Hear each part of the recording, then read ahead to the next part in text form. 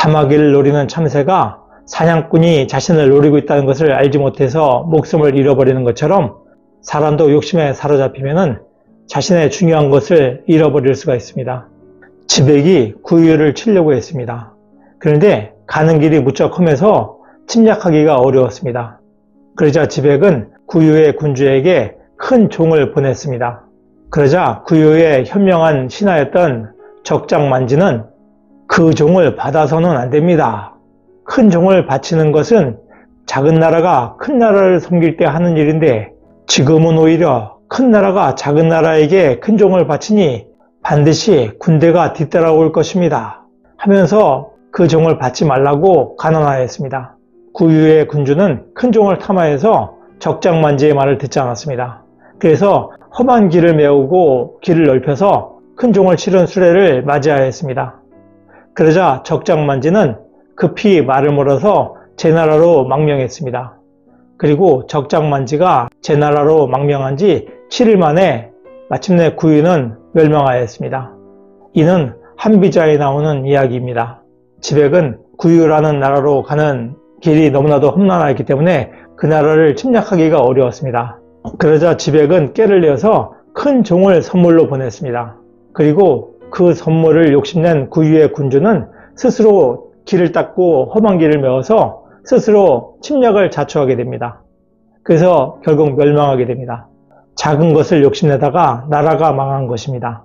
순망치안이라는 말이 있습니다. 입술이 망하면 이가 시리다 라는 말입니다. 찐나라의 홍공이 객나라로 쳐들어가는 길을 빌려달라고 우나라 군주에게 요청했습니다. 그러면서 보물과 명마를 보내서 우나라 임금을 설득했는데 우나라 군주는 그 보물과 명마를 탐하여서 객나라로 가는 길을 빌려주려고 했습니다. 그러자 우나라의 현명한 신하였던 궁지기는 객나라가 망하면 우나라도 위태로워질 것입니다. 입술이 망가지면 이가 시린 법입니다. 하면서 길을 내주지 말라고 군주에게 간언하였습니다. 그러나 선물에 눈이 어두웠던 우나라 군주는 객나라로 가는 길을 빌려줍니다. 그러자 진원공은 객나라를 멸망시키고 돌아가는 길에 우나라도 멸망시킵니다. 우나라 군주가 보물과 명마에 눈이 멀어서 나라를 망친 것입니다. 지백은 지효라고도 불리우는 인물입니다. 그는 한씨, 위씨와 함께 조씨를 공격하였습니다. 그래서 조씨는 당시 멸망 직전에 몰렸었는데 그때 조씨를 이끌었던 지도자가 조양제였죠. 그런데 조양제는 성이 함락되기 직전에 한씨와 위씨를 설득해서 오히려 지백을 배신하게 합니다. 그래서 지백을 죽이고 마침내 지씨 일족을 멸족시킵니다. 그때 지백의 원수를 갖고자 했던 인물이 그 유명한 예양입니다. 당시 조양제는 자신을 죽이려고 했다가 실패했던 예양에게 너는 왜 범씨와 중왕씨를 섬겼을 때 지백이 그들을 죽였는데도 그들의 복수를 하려고 하지 않다가 지금 지백을 죽이게 되니까 그의 복수를 하려고 하는가 하고 물었습니다. 그때 예양이 했던 말이 선비는 자신을 알아주는 자를 위해서 목숨을 바치고 미녀는 자신을 알아주는 자를 위해서 화장을 한다. 범씨나 중왕씨는 자신을 보통 사람으로 대우했지만은 지백은 자신을 국가의 선비로서 대우했기 때문에 자신은 국가의 선비, 곧 국사로서 그에 맞는 보답을 하려고 하는 것이다 라는 말을 했습니다. 지백이 죽은 이후에 한씨, 위씨, 조씨가 나라를 나눠 갖게 됩니다. 그래서 보통 진나라가 한이조로 나뉘어지게 되는데 그게 바로 지백이 죽은 이후에 그의 땅을 같이 나눠 가지고 진나라 영토가 그렇게 정해지게 됩니다. 한편 임진왜란이 일어나기 전에 우리나라가 일본에 사신을 보냈었는데 그때 일본에서는 정명가도, 그러니까 명나라로 가는 길을 빌려달라, 그러니까 조선에 빌려달라, 그러니까 길을 내달라라는 그런 말을 했었습니다. 그런데 당시 조선에서는 그 일본의 요구를 거절했었는데 만약에 일본의 요구를 받아들였으면 우리나라도 우나라의 꼴을 면치 못했을 수도 있습니다.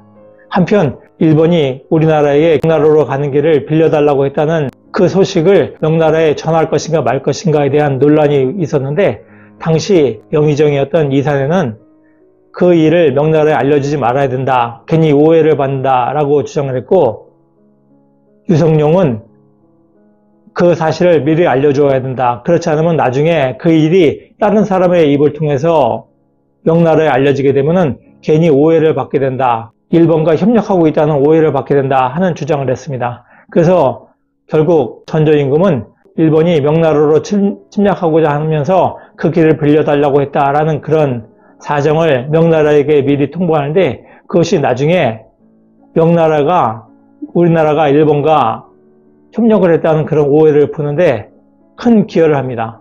그만큼 유성룡이 앞을 내다보는 능력이 있었던 것이죠.